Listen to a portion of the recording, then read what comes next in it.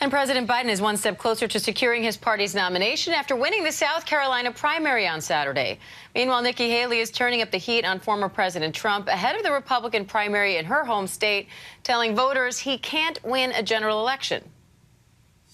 The reality is, if you look at every general election poll that's out there, Trump and Biden are head-to-head.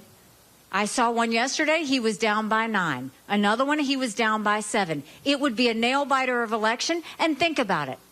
Trump lost in 18, he lost in 2020, he lost in 2022. How many times do we have to lose before we realize there's something wrong with that picture?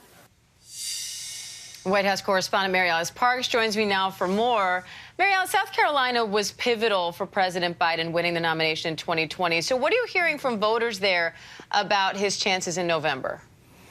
Yeah, Diane, the president definitely took a victory lap after winning 97% of the vote on Saturday. But the reality is only about 4% of registered voters came out. And this is significant because the president spent time there. Of course, it wasn't a competitive primary. It's hard to get people out. But he visited the state. The vice president visited the state. And I think that low turnout number could speak to a real challenge the president has on getting Democratic voters excited. I talked to one barbecue restaurant owner, Brian Gray, who talked about this, how he felt there were unresolved campaign promises that the president had made. Take a listen.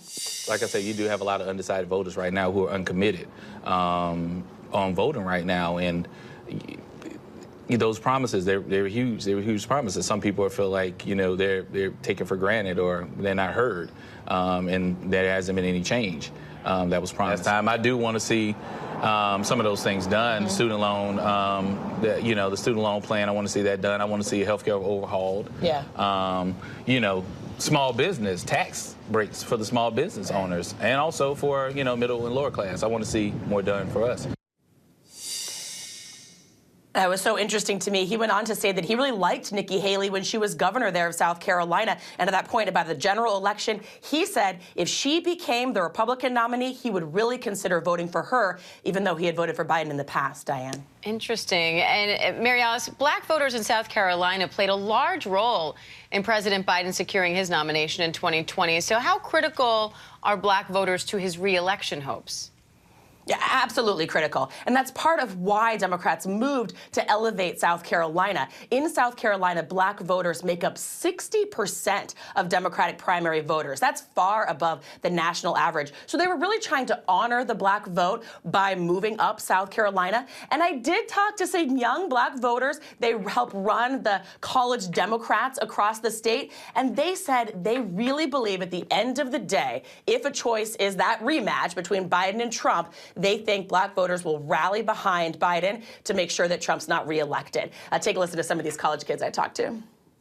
I'll agree. I say, because these concerns, for instance, about Joe Biden's age, some of this unpopularity among more progressive people, we got to acknowledge, these aren't new. This is literally just a repeat of 2020, it feels like watching. And, I think in that election, we saw what 4 years of Donald Trump was like.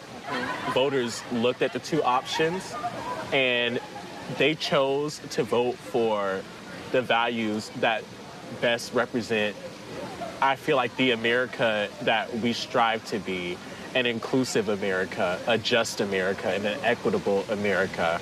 And I feel like that's what Joe Biden and his campaign represent. Yeah, so Sam, they're really committed. He said that he is working to get out young black students. All right, White House correspondent Mary Alice Parks, thank you. Hi, everyone. George Stephanopoulos here. Thanks for checking out the ABC News YouTube channel. If you'd like to get more videos, show highlights, and watch live event coverage, click on the right over here to subscribe to our channel. And don't forget to download the ABC News app for breaking news alerts. Thanks for watching.